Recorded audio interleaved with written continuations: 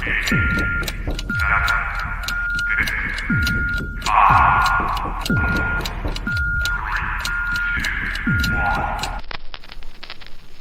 is the difference between being punk and being a punk? We are here to talk some punk rock, some music, comics, Punk culture, DIY shit, anything we want to talk about. That's what fascinates me. Give me everything. Absolutely everything. I find that music and comics have always been intertwined.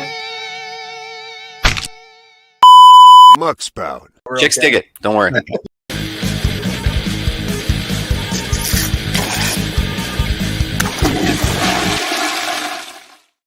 Hey, welcome to Muckspout. Howdy. We got Ben is with me today. I think it's been a while since we've been on here together. So. Yeah, it has. Yeah. And I've been a bit of a ghost lately. And today we got Julian over here from the band Avem.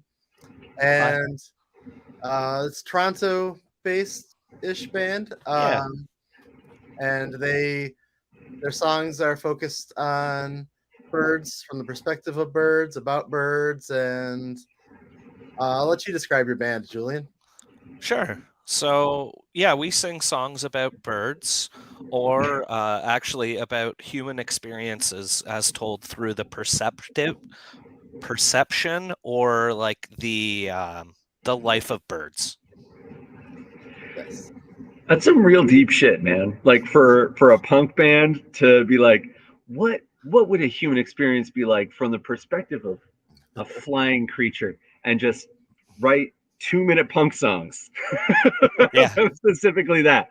That's amazing. You know what I love about it is so last year I got into the band Fuck Yeah Dinosaurs. And it's a similar thing. They're basically the same sort of thing, only from dinosaurs, which I guess you guys have evolved from dinosaurs. Dinosaurs are birds, so that's cool. Yeah, there you go. And it's when I think about that, it's like the word parody comes to mind, but it's not parody at all. And like the songs are very smart and very deep sometimes, and just clever as hell. Like I don't really have a question there, I guess, but that was my take on it. I appreciate the sentiment. So was there a particular bird in mind that like kind of inspired you to start this thing, or?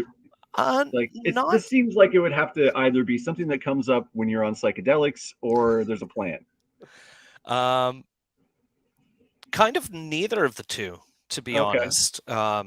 So how many years ago? 5 or 6, let's say 5 years ago, just for story's sake. Maybe it's 6, maybe it's 7. Our current guitar player, Ernie, and I got together with an old drummer that we played music with back in high school, and we were like, fuck it, let's jam some music and see what happens, play some of the old covers we used to play, just like have fun, smoke some weed, drink some beer, play music, have fun. Right. It's been forever.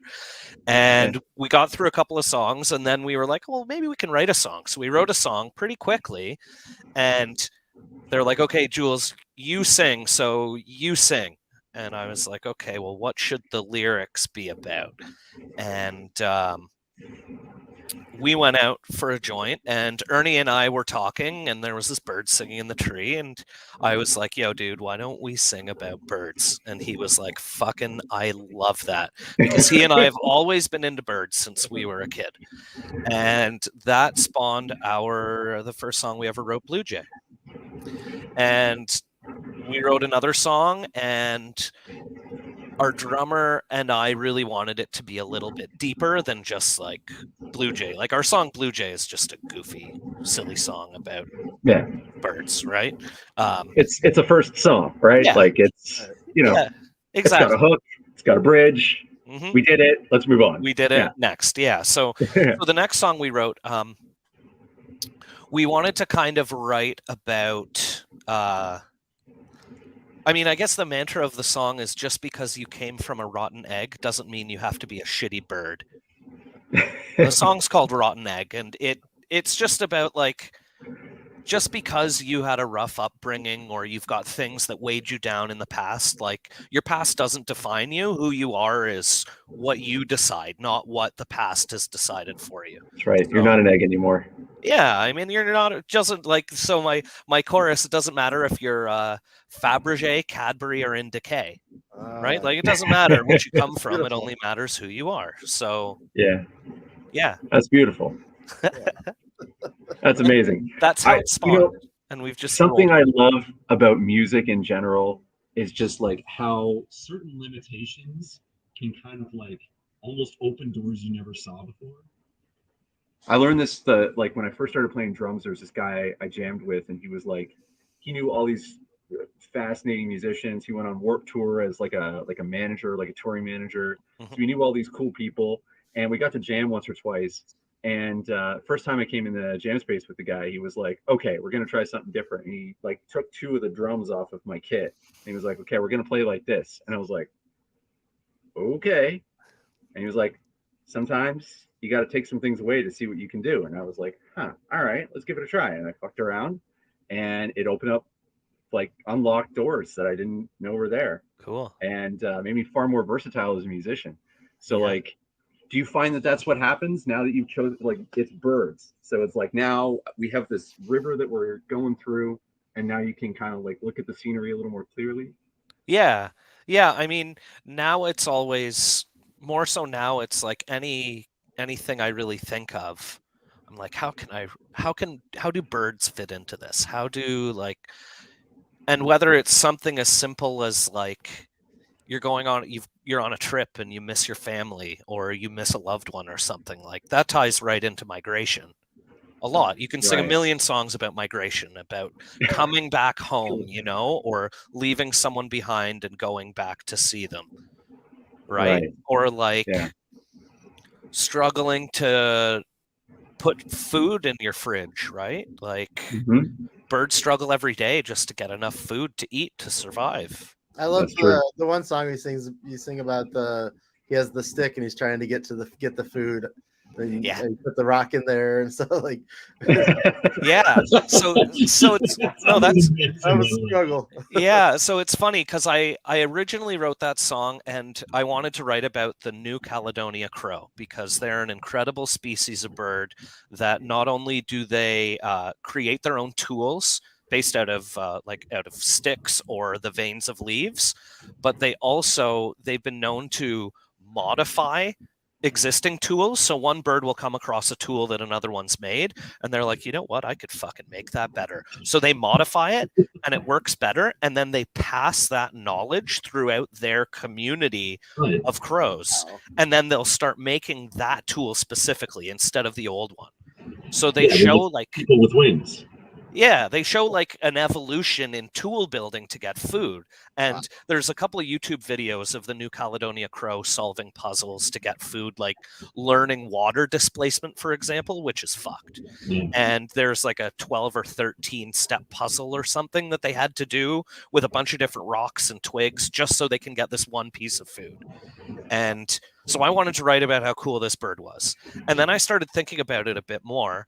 And I mean, as cool as it is that these birds are treated very nicely in captivity and they're doing all these experiments and learning so much, I tried to think about it from the crow's perspective. And I mean, Yeah. at the end of the day, he's getting taken care of, but he's just getting a little bit of food, right? All he's doing is running the rat race, right? Yeah. Like there's these overlords that own most of his life, just like all of our fucking employers. That's right. And all we do is do what they say to get the Right. littlest amount of satisfaction.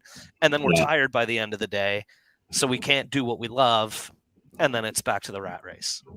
Yeah. Oh man, let's extend the metaphor a little further. You get the food, you're like, finally, I did the thing, and then the manager looks at you and they go, "Yeah, that was okay, but that guy's doing a little better. I don't know if we're gonna need you tomorrow." Yep. You know what I mean? Like, That's it. That's how the bird feels too. It's like, is this my last run? Yeah. That's it. Damn, man. Yeah, that was amazing. Deep ass shit with some crows. Hell yeah. Hell yeah. We try Amazing. to go super deep. It's interesting, and it's interesting the response we get, like even at our shows live, because we try to go super, super deep, but talking and singing about birds keeps it light. You know, like you can touch on some heavy subject matter, you can touch on some real shit, but people are still smiling and like they're interested in talking to you about it. It's like you've broken down that first barrier of like discomfort almost, because it's so easy, because it's like, oh, well, wait a sec, birds can relate to this thing that's become or has been such a big part of my life.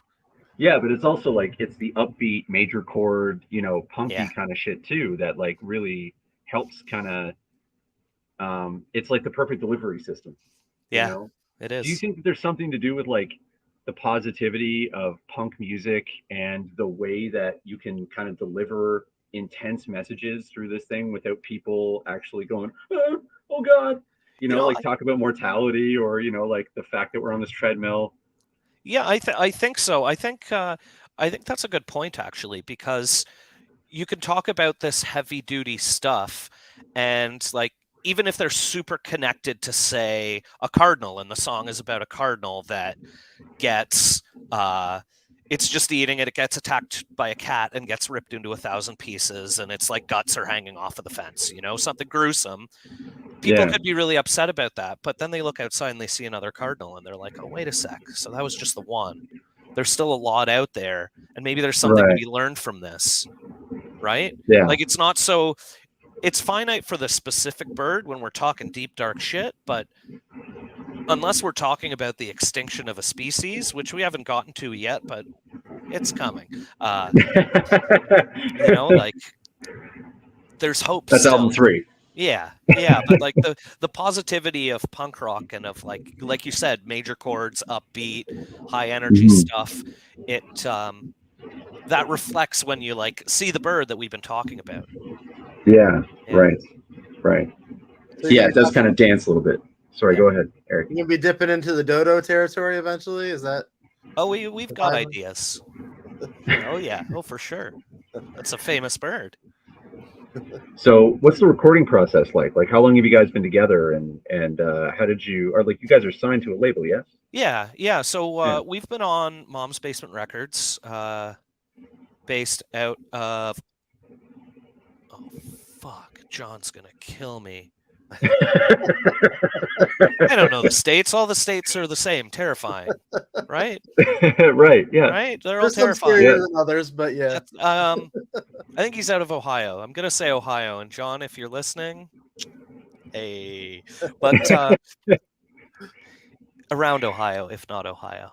I'm desperately. Oh, Pennsylvania. He's in Pennsylvania. That's it. Pennsylvania. He's in Pennsylvania. Right. Safe. Which anyway, even nowhere worse near Ohio. I don't even know. Yes, I think so. It's I think it's either north, southeast, or west of Ohio. It's east of Ohio. Perfect. So yeah, we've been on Mom's Basement since 2020, I want to say. Cool. Yeah, we've gone through multiple member changes in our band. Ernie and I have been the two who have been here from the start. We had our first drummer move to Alberta. That made it really challenging. Do you find it's a challenge to find dedicated musicians to kind of like stick with a project? Yes and no. So we had a guitar player that played with us, a second guitar player that played with us right until COVID hit. And he was one of the musicians that was like, you know what? Fuck playing music. I'm out.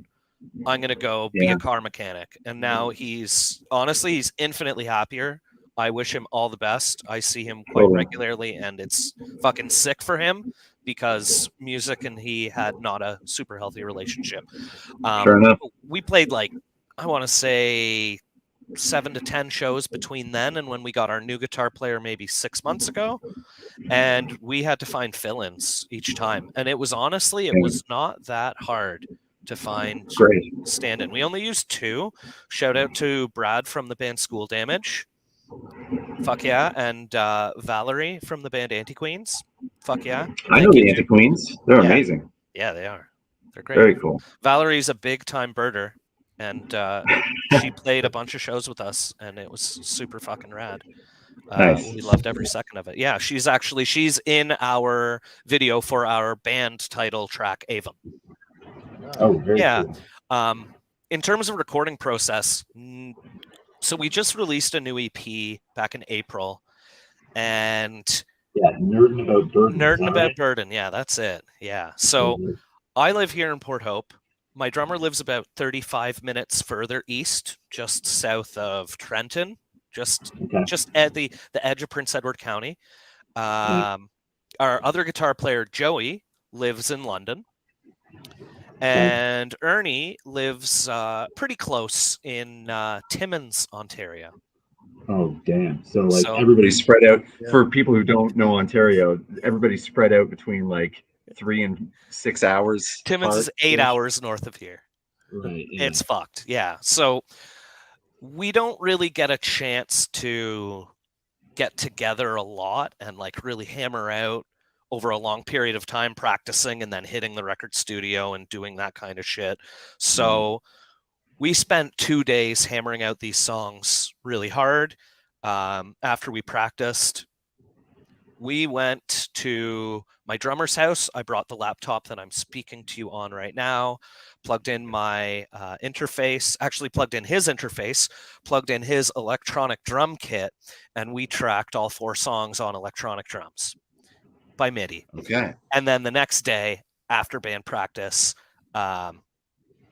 Ernie did all of his guitar tracks using, again, my laptop, my interface, and we have a Kemper profiler that we use, that we've taken our amps that we use, like a JCM 800 Very and cool. a JCM 900.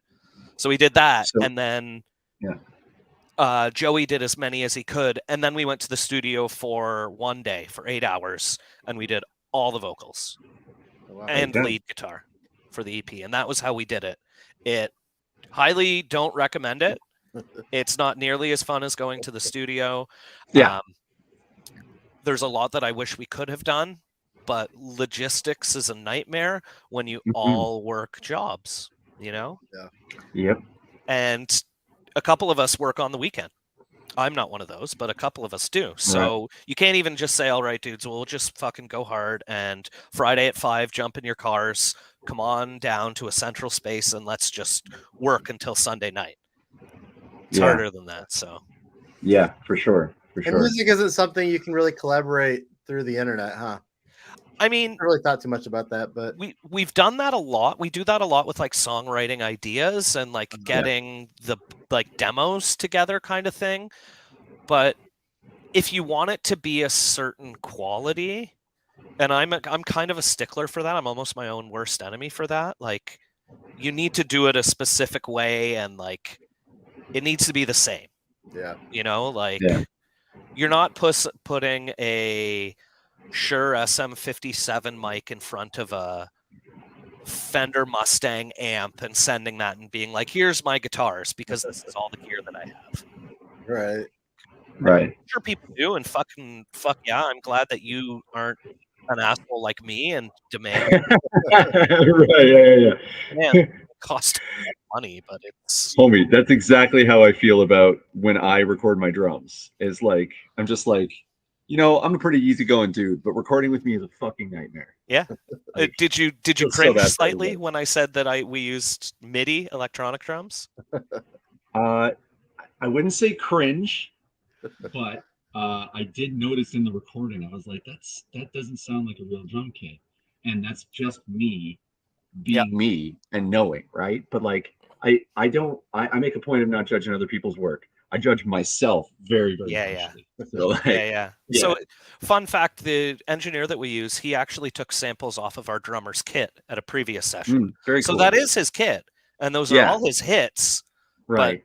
not at the There same is a- time, right? There is you know what I mean though. Yeah. Like, Oh, yeah. every hit I doesn't hear it sound the all. same on a real kit. Yeah, it's just I there's hear it just all. little nuances. If but- we played a bit slower, it would be less obvious. But those really That's probably true. fast rolls, Yeah. but whatever. Hey man, I it's not a judgment. Right? I dig it. I dig don't- it. Shit. Do you find the we've talked a little bit about the difficulties. What are the benefits of doing it yourself? Money, Yeah. money and time. Studio time. got about 10,000 reasons. Yeah, probably. money. Yeah, exactly. Money and studio time. Like studio time's astronomically expensive, Yeah. especially if you're doing an entire record. Like, Yeah. uh, Yeah. putting aside the time to rehearse it all together is incredibly challenging. And if you're all going into the studio, and even if you're just doing like so for our first record, Three Birds Stoned, we did bed tracks. So we had drums, guitar, and bass all recorded together in isolation rooms. And then we just went Right. in and listened through and redid shit that we didn't like. But I mean, that was expensive. It was like 3 days in the studio to get our 14 songs or whatever the fuck it was we did there. It's kind of, and I mean, I'm sure everyone who's ever been in a band has felt this way at some point, but it's nice to not be together 24/7. You know what I mean? Like working on the songs, sometimes it's nice to have a breather. And I don't even really say that for myself because I love all my dudes and I love spending every waking second with them. But I'm sure I fucking annoy the shit out of them and they fucking hate me sometimes because I might be super chill, but I'm also excruciatingly intense when it gets to that fucking stuff. Like I'm a drill sergeant. They call me names all the time and I'm like, that's fine. But fucking that wasn't the best you could do, so do it again. And I'm being polite about that right now because I'm on video. I would say meaner things, probably. But, and like, I also get incredibly animated sometimes and like hyper positive to, boost people up. And if you've struggled for 7 hours and then you're done and your buddy's like, yeah, good job, man, tousling your hair and like, do you want to go get a drink? Like, here, have a beer, let's go do this, blah blah blah blah blah. It's like, shut the fuck up, man, get the fuck out of my face, go away. So I'm sure they're happy that I'm not always in their face. Yeah, fair enough. I love that for them. Yeah I know I'm a lot too. Yeah, you feel me then. Keep it chill. Yeah, what's that? You feel me then. I definitely do. Yeah. I definitely do. And I've been in bands where it's like we're better when we don't practice a lot. You know what I mean? Cool. Like it's a little more organic. Yeah. And also I have my best friend all through high school. We ended up playing music together for years and years. And he plays bass. And I'm a drummer, so like we're a rhythm section. So like there's like a telepathy between us. Yeah. To a certain point. But I also kind of know what he's going to do. He kind of knows what I'm going to do. And so you do it enough times and it stops being magical. You need to kind of like take a step back and then come back to it fresh. You know? Yeah. How long have you been doing this? Like making music? Making music, if you count when I started taking piano lessons, since I was 4. Okay, but like, can we like maybe just getting on stage and like getting on stage? So yeah. I played I sang in a couple high school bands, and then when I was 18, I joined. So I'm a trombone player primarily. That's my main instrument. I went to university for trombone. When I was 18, so when I was 16, I turned on the Edge, and they were like, "Hey, we've got a sneak peek, 3 new songs from the brand new record from this band, the Mighty Mighty Boss Tones." And I knew you were going to say the Mighty Mighty Boss Tones. And I hear this. It was Pay Attention was the record. And I was like, holy fuck, what is this? This is because I had discovered Rancid 2 or 3 years prior, which kind of got me into punk rock. Thank you, South Park Chef Aid record. That's what got me into punk rock. Yeah. Brian Logan from that record. So I when I was 18, I joined the ska band and started playing trombone with them. And we started playing bigger and bigger shows. We signed to Stomp Records in Canada. We started touring Canada, North America, Europe. Did it for 10 years. Never had a job. Just lived in a van and lived in a cheap apartment and played fucking party music. Yeah. Yeah. Is it as fun to do that as it is to hear it? Yes. Being in a ska band? Yeah, I mean, Yes, and we weren't. So my old band was called the Johnstones, We were kind of like, as we started with getting more and more records, we were still a ska band because of our instrumentation, and we had upstrokes, but it wasn't like, let's go to the fridge and go get some mozzarella sticks kind of ska music, you know. It was Right, like, yeah. which no shade, I fucking love that shit. Yeah. It's great. Yeah, It's totally. Yeah, hilarious I and want fun. some mozzarella sticks right now. Yeah, me too. But we were just party music. Like, let's go have a good time, get drunk, have consensual sex. Fuck yeah. I'm like almost positive I saw you guys at some point. We played a lot in the Yeah. 2000s and the early 2010s. I saw more than a handful of killer ska bands with wicked horn sections throughout the late 90s, early 2000s. You know what I mean? Yeah. We would always wear costumes, and we had choreographed dance routines. That was our Yeah. big jam, and a lot of headbanging. I had like 7 Nice. years of chiropractor work after I stopped playing there because of my neck. Oh man, Jesus. Legitimate. Yeah. Weed prescription before it was legal recreationally because of long-term injury to my neck. Right. Rock and roll got me weed I'm before surprised. the rest of the world did. So could you speak to like the way that making music has changed? Like easier, more difficult? In what ways? You know what I mean? Because it's like such a different landscape than it was back in the day. I've seen it change just since I started in 2010. It's like a massive difference. Yeah. You don't have to practice as much because you That's can true. just record it on your phone, or someone can make a shitty recording on their computer, because it's really easy to record on your computer now That is versus true. the early 2000s, and you can just practice at home and then you're good. Sharing songs is a lot easier. Sharing ideas is a lot easier. That's true. Technology has moved crazily for that. It's Yeah, sharing your music to other people is like infinitely easier now. Yeah. yeah. I mean, Wow. like, I use this headset and my cell phone, which is being blocked by the thing. That is how I Yeah. make almost all of my demos, because I just get an Right. acoustic guitar, I put my headset down, I play my acoustic guitar. I use this app called BandLab, which is like multi-track recording, mixing, mastering, full thing on your phone. And then I put this on, and then I whisper sing my melody or whisper sing my words, because I do it late at night when my son's asleep, when everyone's asleep. Right.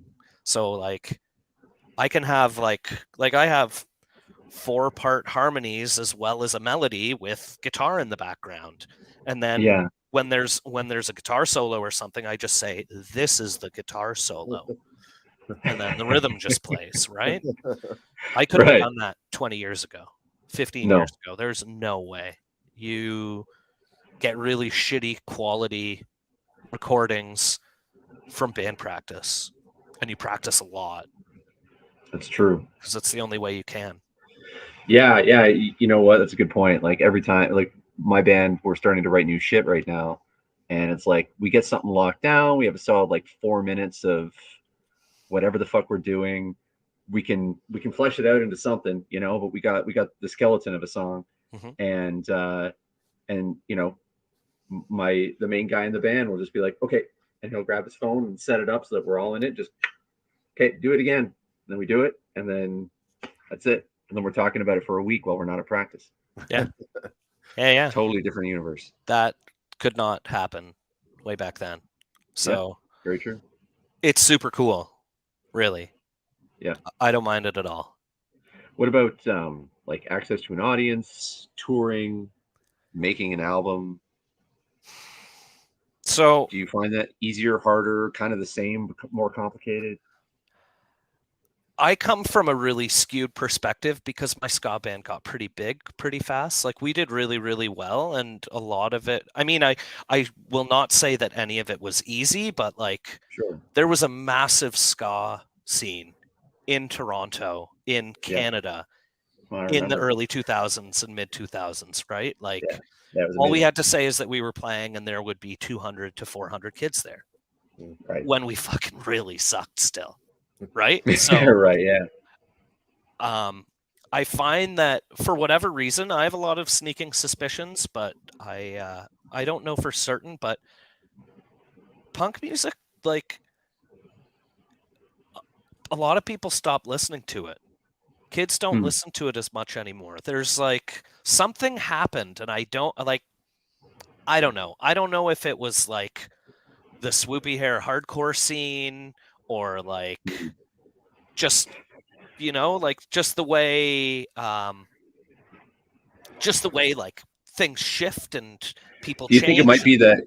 Do you think it might be that it fragmented? Because that's what I see is like there's these huge movements in music where you see in the '60s that was kind of like the development of what we consider rock and roll.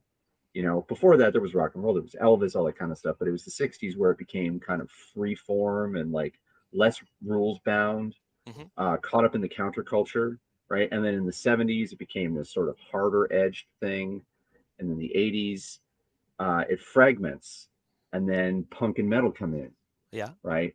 And then they kind of ascend, and then they fragment into 1,000 pieces, and they fuck off somewhere. And hip hop is kind of doing the same thing now, where I see it starting to the singularity is about to explode, kind of thing. Yeah. And something new is gonna have to emerge. Yeah. Do you think it's like that's just I mean, kind of it moves in waves and that's it? That could be it, but it's a lot harder to get audiences out. There are barely any all ages venues in Ontario. Kids aren't allowed to go to see punk rock shows. They're not allowed to play punk rock shows because it's all at fucking bars or venues that are 18 plus. Yeah. So can I also say though that like when we were kids, how old are you? Sorry, I'm 30. I'll be 38 this year. Yeah, I'm 39, going 40. Yeah. So when I was a kid, I was in a small town, Jackson's Point, so in Lake Simcoe. It's In the neighborhood, but kind of repressed, and cops didn't like those young hoodlums causing trouble. Yeah. And we didn't give a fuck. We were doing it anyway, and like you can chase us if you want to put us in the clink. Like we're not taking it easy. And like I don't know where that went. That seems to be the thing that's been lost in some way. Is like this desire to disobey. Yeah. It's harder to get away with it though. Like that's true. Surveillance and all. It was a lot easier before these things. Cell phones. Yeah. A lot easier before cell phones. Because you could just go and do shit and no one you weren't immediately accountable. Whereas now at any point a kid could be fucking around and then their mom texts them. It's like fuck. Yeah. Now my way to kill my buzz, mom. Like fuck. But yeah, I mean, places don't want to rent to kids anymore to throw on shows. Yeah. And there's just no bands. I tried to throw a show here and I've got a couple of friends who have kids in high school, and I asked every single one, hey, are there any bands in the 3 high schools in this area? And they said there's one classic rock cover band that does like Pink Floyd and Zeppelin, and they don't play shows. And that's it. And I was like, so who's your favorite band then? What do you like listening to? And they were like, oh, I really like this playlist on Spotify. I'm like, okay, cool. Like, can you what kind of artists are on it? And they're like, oh, I don't know. I don't know the names of artists. And like that sent me into a week long of upset because fucking kids don't even care about who's making music anymore. Hard to find music though, like if you're not looking for it. Like I used to hear new music on the radio. I don't listen to the radio ever anymore. So like I hear new music on TikTok or Fortnite, and that's where the kids are listening to this stuff, I think. That's true. The artist and the art have been separated in a really unhealthy way. That's true. And that goes across the board, I would say. Yeah, I would say so too. Yeah. Because we talk we talk a lot on here about how there's so much new music all the time. Oh shit. And it's not hard to find new music if you're looking for it. Where'd you go? All the birds. They're taking you. Yeah, really Hitchcock really quick, didn't it? Yeah. Had to get that light. It was getting dark in here. Yeah. There we go. Yeah. It's, sorry, you were saying, Eric. Sorry, before the bird started devouring. But yeah, it's so we talk a lot about how people, it's easy to find new music if you're looking for it. But if you're just out in the world, you're not hearing new music like you used to. Hmm. Yeah, that's true. And also like when you do hear it, it's now, I don't know, it feels like music has lost its like human element to it for a lot of the newer generations. And what I mean by that is like they've never like the first time I experienced music was my mom playing guitar and Yeah. like Same being with in me and my church and dad. hearing people sing. You know what I mean? And now it feels like when you're growing up, music is just everywhere, but no one's ever telling you who made it or where it came from. So it's Yeah. almost like the air. You just don't even notice it. Yeah, you know what, I was at C2E2 about a month ago, Chicago Comic and Entertainment Expo, and I had made a point to bring my son to meet the guy that created the Bone comics because I wanted him to see that like there's people behind this, you know, like Right. I thought that was Yeah. important to me as a comic creator. Yeah. Well, that's what inspired me to be a musician in the first place. Was like I went to my first live show as a teenager. It was this small kind of punkish metal band called Scratching Post from here, and lead singer was a smoking hot girl that I had a massive crush on, who like dyed her hair bright red. I thought she That'll was get so your hot. attention as a teenager. Yeah, and she could sing too, and she had wicked style. And I met her at the show, and we had this great conversation. And while we were talking, I was like 17, 16 or 17. She was way out of my league, age-wise and everything. But like, I was just like, I'm having a conversation with this person, and then in my head, I'm like, oh my god, it's her! Oh my god, it's her! And then at one point, she's like, yeah, you know, I was like, so what happened with the next album? I thought you were gonna put out an album. They were like, yeah. She's like, I got into debt and I had a car payment that I couldn't make, and you know, spent a lot of money on a bunch of bullshit, and it wasn't a good idea. And all of a sudden, she's just like, she's a person. Oh, people do this. Oh shit, Yeah. I could do this. And then you know, the gears started turning. I wonder if that's an issue for kids now because they don't like actually see the people making it. It's Mhm. just They a don't song ever on think that it's a thing you Fortnite. can do. Yeah. Yeah, exactly. And there's no live shows for them to go and see because they can't That's true. unless it's like $300 to go see whoever the fuck at the stadium, Right. Yeah. right? There's like $10 all ages punk shows don't exist. Yeah. $5 with a canned food donation to the food bank, you don't see it. Yeah. I remember when they passed the bylaw that made it in Toronto to disallow underage shows. It's And fucked up. like people were making a stink, and it was like, shut up, who cares? Yeah, It'll be it won't quieter change at night. anything. Yeah, no, it's. I think that's a bit. To me, that's a big part of it. Kids, Yeah. they can't get into it while they're young because they're not able to be exposed to it. So Yeah, it's very less true. audiences, less listeners, less people that care. Because Yeah. I would argue that the most passionate group of people, as much as boomers want to say they are, and maybe they are on Facebook, they're the most passionate because they're the loudest. But the most passionate group of people is like 12 to like early 20s. Yep. You know, Yeah. they give the As it most should be. fucks about everything, Yes. Yeah. right? Yeah. Because they haven't been beaten down yet. Right. Yep. Yeah, there's this 14-year-old kid that I have weekly hour-long Zoom sessions with. So Yeah, you know, friend of mine, you know, kind of introduced me to the family, and he was looking for some support, so I figured I'd help him out. I just wanted to see if I could help, you know what I mean? Yeah. Because you know, he was running afoul of the system, let's say, and my friend met him and was like, "You need to meet my friend Ben." Because like she was like, "He's just like you when you were that age." And yeah, there's like a disconnection from like the machinery of life to a certain degree. Like they're not allowed to go out, they're not allowed to do anything. Everything's like could be dangerous, or yeah, you don't know those people, or you can't say that, you can't think that. It's really, really concerning. yeah, You know, especially for the music scene, because how are we supposed to make music if there's no people being inspired to create? that's it. That's Yeah. it. And how are they supposed to like develop their skills? That's You right. know what I mean? Like if you're not starting well, it's a lot harder to learn something in your mid-20s than it is in your mid-teens. Mm-hmm. You know, like Yeah, that's it's very hard. true.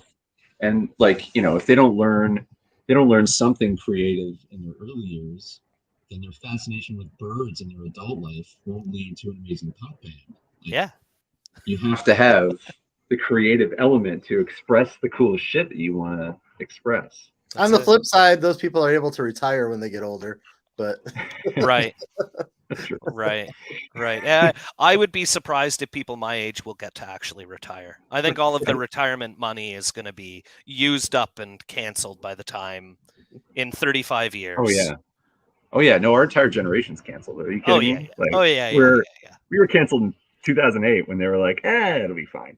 Yeah, exactly. Yeah. The moment they were like, it'll be fine, was like, well, that's it.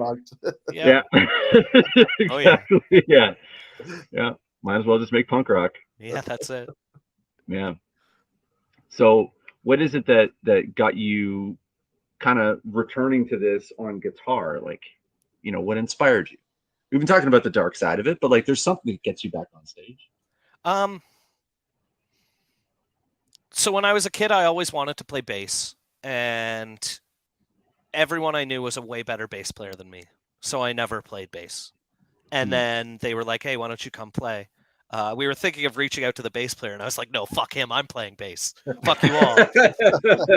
And that's actually how I started playing bass in this band. Cool. I mean, I always would pick it up when I was like with my other band. And I mean, if anyone out there is plays guitar and has never played bass before,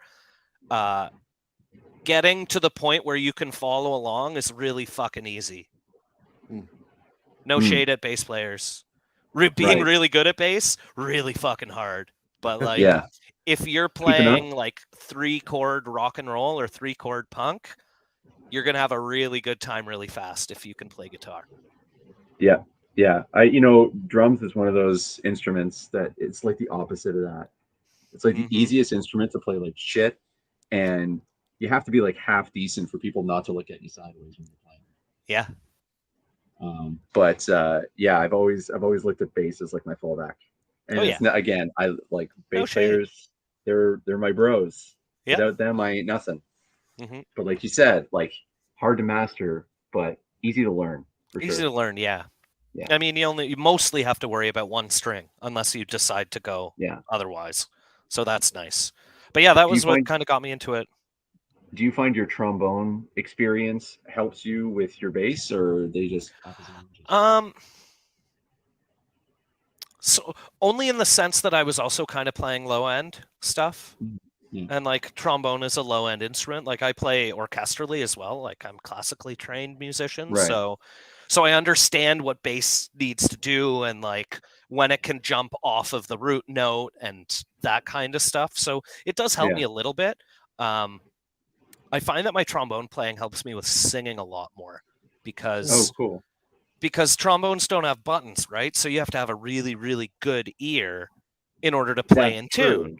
So like listening to stuff and like trying to match pitches when I'm singing, I have a bit easier of a time when I can hear myself because of my trombone playing and because I've spent 25, 30 years playing trombone. Yeah, you have to kind of have good pitch even to get that far, right? Yeah. Like if you don't have good pitch, it's like year 2, someone's like, I'll take that. Thank you. Yeah, exactly. No, thank you. Right. Yeah. Here's the trumpet. Yeah. Here's something with buttons. Yeah, exactly. Yeah. That's funny. So I have a question for you, a bird-related question. Sure. So as you know, I'm Canadian. Eric's American. So I wanted to ask you, battle between a Canada goose and an American eagle, who wins and why is it the Canada goose? Oh, definitely the Canada goose. The Canada goose is going to win over a bald eagle, in my opinion. Now, here's a question though, because a bald eagle, how hungry are they? How hungry is the bald eagle versus the Canada goose? Well, here's the problem. I think it matters for the eagle. I don't think it matters for the goose. That's I agree with you. Yeah. I would also say that with the goose, it does matter what time of year it is. That's Okay. the only trade-off. That's fair. I would say that if the bald eagle were hungry and starving, it would absolutely destroy the Canada goose, no question. Yeah, probably you're right. Because birds of prey and scavengers, like the bald eagle, are there when they're Ferocious. hunting and they're hungry, they're ferocious and they fuck shit up. If it was full and kind of chill, like probably the goose would give it a good run for its money. Although, Yeah. all it would take is for the goose to miss and the bald eagle to grab something with, like, scratch it with its talons, and it could be in big trouble. I don't but- know, man. I would say that geese hunt more things than bald eagles because bald eagles are opportunists. That's true. I mean, when you get out of when you get a little bit further north, in Canada too, yeah. If you get a little bit further north, if you want to see 1 million bald eagles, just go to the dump. Right. Because they just hang out at the dump and they just eat garbage and Free eat food. wasted food. Yeah. They're 100% opportunists. Yeah. They don't really. Canada geese also, much. though. Right? Yeah, but they like and need the water, so they don't hang out by the dump. That's true. That's true. They do need clean water. Yeah. So they got to be a little more observant of their surroundings, perhaps. Yeah. Yeah. But so I think it depends on many different factors which one would win.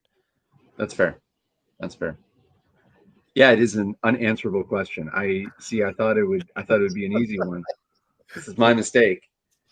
See, that's the fun Never thing We about brought birds. you on, Julian. That's the fun thing about birds. Yeah. The only time I ever totally. heard about a Canadian geese was when they took down that plane in was it the Sully, Captain Sully thing? Oh yeah, That was Canadian Yeah. geese, wasn't it? yeah. That's the most polite a Canada goose has ever been. Was taking that plane down. Yeah. Also, not being very Yeah. aware of its surroundings, I guess, because they got sucked through an engine. They're monsters. Oh yeah, they're vicious. Dinosaurs Mm. in modern times. It's interesting. I got to see the mating ritual of Canada geese this year on a hike boy. in North Bay, and it's arguably just as violent as it is when humans come close to them. Wow. Holy shit! Oh yeah, dude. It was eye-opening and hilarious. So, do we have a song about Canada goose mating rituals coming to us in the near future? I mean, maybe I could write a BDSM song about it. There you Maybe I could relate it to that. go. Right. Totally. Yeah. You know. Yeah. It's okay to be kinky. Something yeah, like nip me baby one more time or something like that. that. You know, but Now there's a you're lot falling into the parody territory. Yeah. That's funny. So when did you get into birds?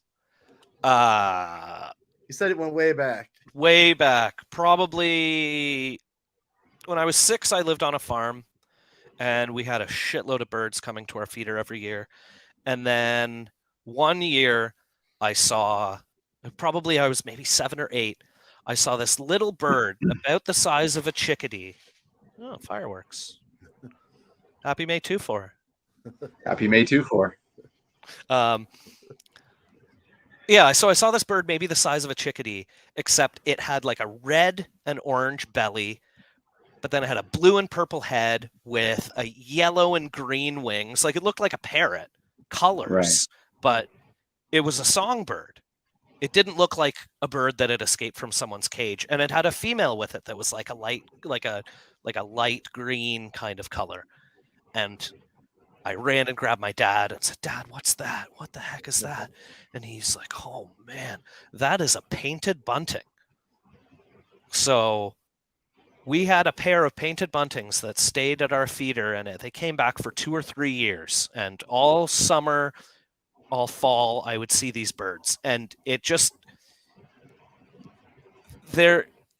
astounded me, and it got me so interested in learning about birds and knowing about all these birds, because how on earth could something like that live in North America? You know, like as a kid, I Yeah. thought, oh, those are rainforest birds, like the birds behind me, right? Like Right. those are Right. rainforest birds or Australia birds.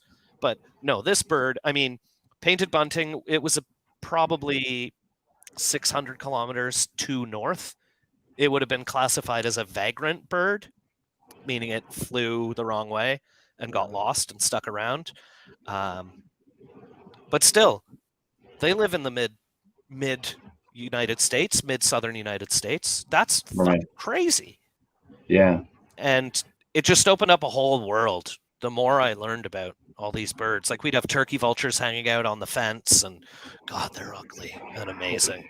They're like the ugliest creatures I've ever seen. The only things that I've ever seen that are ugly are the shit in like the deep sea Oh, that like light never touches them. So like That's why they look that ugly. Yeah, You know what I mean?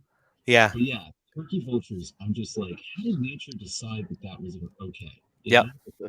yeah. One summer, my dad brought home a red-tailed hawk that he had found in the woods that had a broken wing, and my dad is a biologist and an engineer, and he used to work for the Conservation Authority, and always was a big bird guy. So he called his buddy who came over and helped him splint the bird's wing. Environment Canada, don't listen, because you're not supposed to and you're not allowed to keep birds of prey. You bring them to rehabilitation centers. You don't do it yourself. Don't ever do it yourself. But Well, we kept it for that's 3 not what you months. did though. That's not what you did though, because like you gave it back, but hypothetically, Right. So hypothetically speaking, like its wing got splint and it got kept in a very large cage, hypothetically, that we may or may not have had, and we nurtured it back to health, and in 3 months hypothetically let it go, and it just flew away, and it allegedly lived on safely, yeah, despite the violation of the law. yeah, totally. And we might have allegedly found a blue jay chick. My brother may have found one when I was a bit older, maybe 14, 15, when he was biking, and brought it home, and we raised it for a winter and a spring, and then let it go in the summer, and it flew right away. And aren't they a provincial bird? So you're not supposed to keep them too? Is that the deal? They're a migratory bird, and you're not supposed to keep migratory birds. So Yeah. we allegedly did this. That's a good thing you did. Right. Yeah, allegedly. It was if you ever get the chance to interact with a blue jay that isn't terrified of you, highly recommend you do it, because blue jays are super fucking smart and super fucking cool. Wow. They always seem smart. Yeah. Yeah. They're brilliant. Very strong too. Yeah. Yeah, I used to play tug of war with a penny with it. Oh wow. And I would just hold the penny, and it would come right at it, and it would try and bite it like this. And then it would be like, oh, okay, fine. So then it would bite upside down, couldn't get it. And then it would bite upside down and try and twist it from my hand. wow. And then Oh, I would wow. usually let it go, because it's like, oh, okay, Right. cool. You're trying all these things. Like, you deserve to win this one. Right. Yeah. And then yeah. I would fly with it to the top of not a TV cabinet, not that, a tree. And then it would caw. And then I would climb up the not TV cabinet, the tree, and then get the penny. And we played. That's great. Yeah, but we would let it. Any bird that ever was rehabilitated in the 90s and early 2000s, before the internet made it easy to find rehabilitation centers, we'd release, because that's what you do. Yeah. But now, in my late 20s and in my 30s, whenever I'd find an injured bird, I know where rehabilitation centers are now. I know who to call. So I just call Ghostbusters and I say, hey, I got this. Do you have space?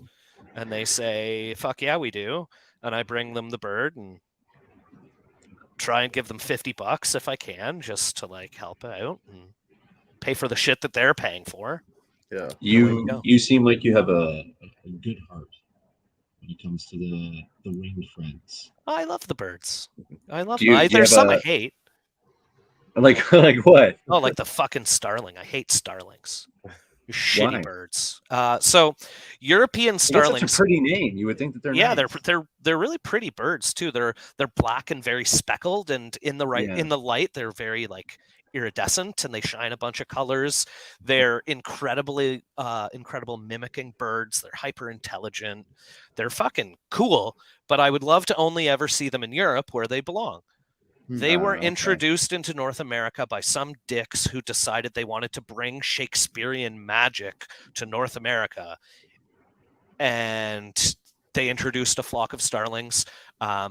Starlings are very aggressive eaters, and they are very destructive.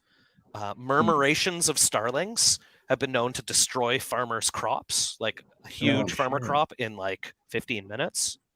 Wow. Crazy. Wheat fields, stuff like that. They're invasive species here. They don't really have any natural predators. A lot of birds don't know how to deal with them. They're aggressive. They're assholes. Fuck them. They should die Okay. and go back to Europe. All right. That's where they're from. And they should Got a stop little bird unbalancing. racist at the end here. I I was like, wow. But no, I mean, Coming hard. like, nature has balance, and all these Yeah, for invasive sure. species, it upsets the balance, and like, they don't know what else to do. Birds don't Yeah, have the that's true.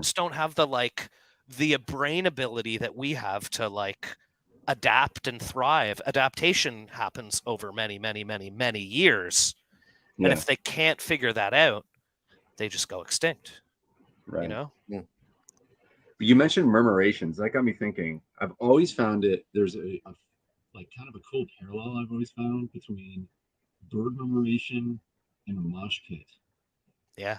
where like, can you describe like can you explain what a murmuration is? Because I think I have a basic idea, but you seem like you have a bit more bird knowledge than I do. Just a little, like a little bit more. So like murmurations of starlings in particular is just like a large group of starlings flying Right.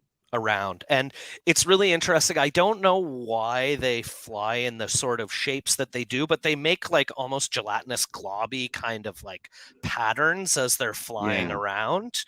Yeah, but the crazy thing is they don't touch each other. That's it. Like, They don't they're touch each fully other. aware of where all the Yeah. other bodies are, and they move in tandem. Like they have this awareness of the space that they're in. Yeah. I always felt that was the same in a mosh pit, where like they're this sort of sixth sense does take over when you're in there, and you're no longer just you. You're part of this sort of like sea of bodies. Yeah. And it's like you're like, oh, someone's coming, and then oh, there's the body surfer, and you move them across. Yeah. You know what I mean? There's Yeah. kind of a magic to it. It feels kind of similar. Yeah. Never thought There's of that. another parallel between Yeah, I humans never and thought birds.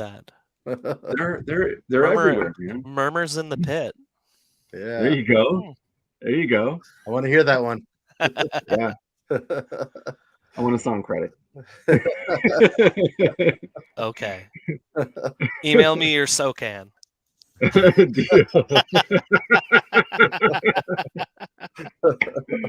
That's awesome. Oh. Well, Julian, it's been fun, man. I'm glad we got to get you on here. Yeah, this has been great. I had a great time. Do you have anybody to shout out or any messages you want to give to the people? Hey, I'm going to put you full screen real quick so everybody can see the majesty of your background while you're pitching your stuff.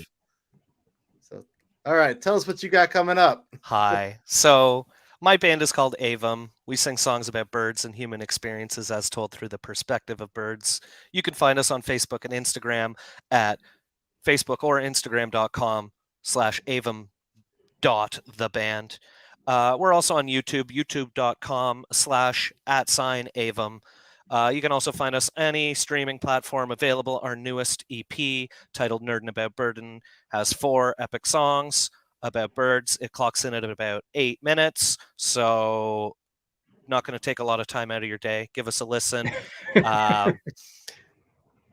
Next up for us, we've got a couple shows in Eastern Ontario and Quebec, Ottawa, Van Cleek Hill, Montreal, with the lovely Audio Visceral.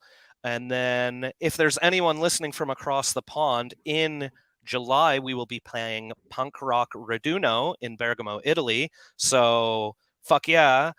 Can't wait to play the coolest sounding punk rock festival I've ever heard of, ever. And yeah. Ooh, very nice. That's cool, man. Going all the way to Italy. Yeah. Yeah. That's amazing. Yeah, it's gonna be super cool. I mean, even if you just play like the worst show of your life, you did it in Italy, so who gives a fuck? It's still the best. Oh Yeah. dude, look up Punk Rock Raduno if you haven't heard of Punk Rock Raduno before. It sounds like everybody's dream of a punk rock festival. All ages, free, no assholes, no racists, no transphobes, no homophobes, all fun, all amazing. It's like a family. I'm so grateful that we get to go and not only just like participate in the festival, but also like play a set. Right. So grateful. It's like punk rock Burning Man almost. Yeah. Yeah. Yeah. Very cool. It's cool.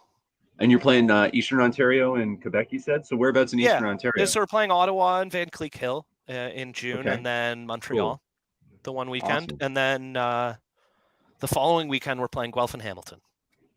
Woo. Awesome. We are also playing Guelph and Hamilton and Ottawa and London and Sudbury in our tour in June. Nice. So maybe we'll cross paths. It'll be Yeah. fucking cool. Yeah. Be super Nice. fucking cool. Well, thanks, guys. Well, it's been a pleasure getting to know you, Julian. And I am genuinely a fan of Avem. I have been since I started listening to you guys, but Sweet. I like appreciate your shit so much more now because Yeah. It's come from a real place. Yeah. And, you know, you're not Yeah. just joking about shit. Like, this is punk rock. We Hell just yeah. have a beat on while we're performing, kind of. You know? Right? No, it all comes from a real place. It's not Mhm. just, I'm gonna sing about that bird. I mean, maybe I will because that's a cool bird, but like Right. maybe that bird has something that it does in its life that's like something that other people have to go through, you know? Mhm. I love it. You decide. That's it. Well, I mean, I don't. They decide. Well, I that's just what I just meant. get to tell the story, right? Right. I just need to I mean, discover the more- story and tell it. Of course. Until it you do. Yeah. Thanks again. Yeah, thank you guys. And Ben, it's always a pleasure. Good to be back on Back here. at you, man. And thanks for listening. Hey, you made it through an entire episode. Good for you. If you're looking for more, give the rest of the channel a look. And be sure to subscribe so you don't miss an episode. We'll catch you fuckers next time. Later.